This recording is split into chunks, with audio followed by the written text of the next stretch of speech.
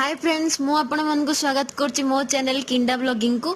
चलंतु देखिबा आज गोटे नुआ रेसिपी भोजी स्टाइल चिप्स केमिति घरे बनैबा। एठी मु नेछि गोटे आलू गोटे बैगण गोटे पोटल भलसे धोईकी काटी देछि।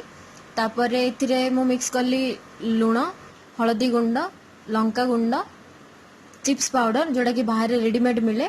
जदि आपण पाखरे चिप्स पाउडर न थाए तो आपण बेसन आउ चाउल चूना को सेम मात्रा रे नै परिवे। तापरे कॉर्नफ्लोर गोटे स्पून पकेबे जोड़ा क्रिस्पी आसीबो चिप्सटा।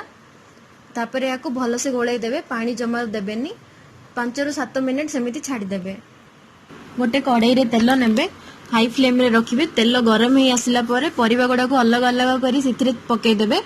देखिबे टिके रेड कलर हे आसिला परे किछि समय परे ताको काढी देबे। जदि इथरे आपण राशि पकेई पारंती ताहाले बहुत टेस्टी लागे।